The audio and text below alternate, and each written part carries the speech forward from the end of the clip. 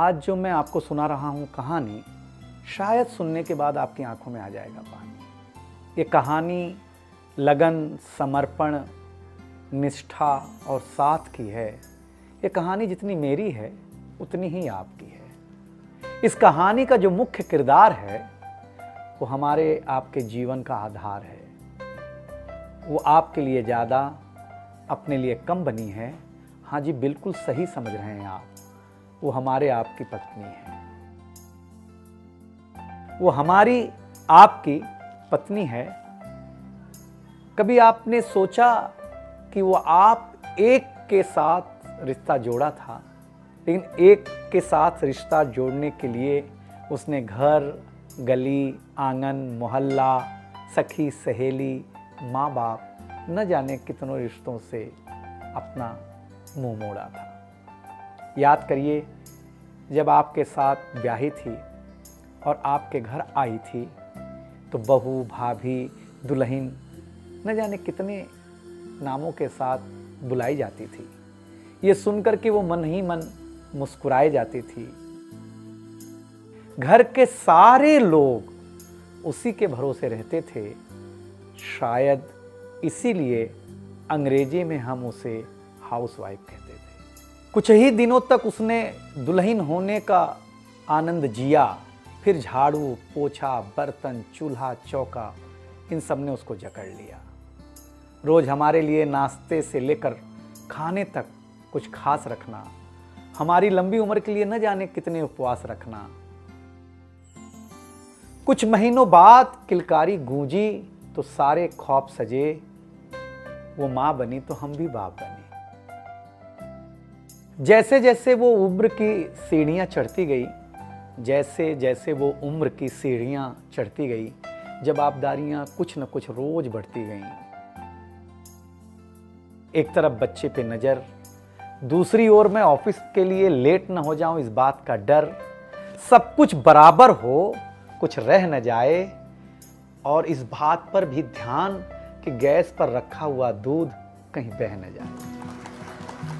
घर वालों की फरमाइशों का चूल्हा जो एक बार चलता, घर वालों की फरमाइशों का चूल्हा जो एक बार जलता, तो कब सुबह, कब शाम, कब रात हो गई उसे पता ही नहीं चलता। इन व्यस्तताओं के बीच समय का चक्र कुछ इतना तेजी से चला, मुन्ना कब मनोज हो गया, मुन्नी कब सुमन, पता ही नहीं चला।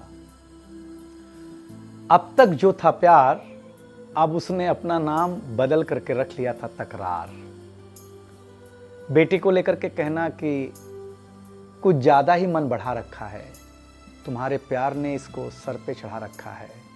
अब तो वो मुझे भी देने लगी थी ताना, अब तो वो मुझे भी देने लगी थी ताना, ऑफिस में ही रहा करो ना, 2-4 घंटे के लिए घर के आना। शादी के इतने दिनों बाद भी आज भी हमें सुनना पड़ता है कि न जाने कौन सा पाप किया था जो आपके साथ ब्याह किया था।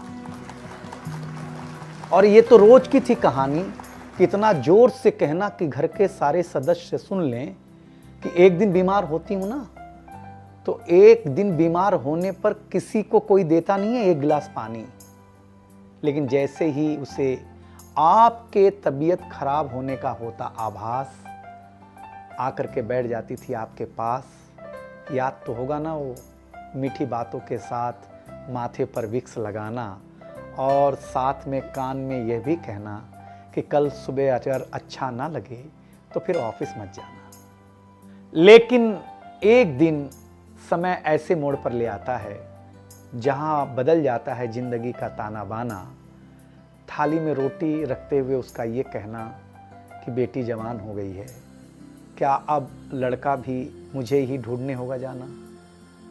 शादी तय हो जाने के बाद एक एक रुपया जोड़ना, पैसे कम पड़ने पर खुद का कंगन तोड़ना, सब कुछ हो जाएगा मुझे ढाढ़स बढ़ाना, सब कुछ हो जाएगा मुझे ढाढ़स बढ़ाना। विवाह का गीत खुद रोते हुए गाना। याद तो होगा ना आप लोगों को ये गुजरा हुआ जमाना। कुछ समय बाद जब हम जवाबदारियों से मुक्त हो जाते हैं तो कुछ ज़्यादा ही धर्मयुक्त हो जाते हैं। उम्र के अंतिम पड़ाव पर हम बीमारियों के बीच जीने लगे हैं। बिना शक्कर की चाय पीने लगे हैं।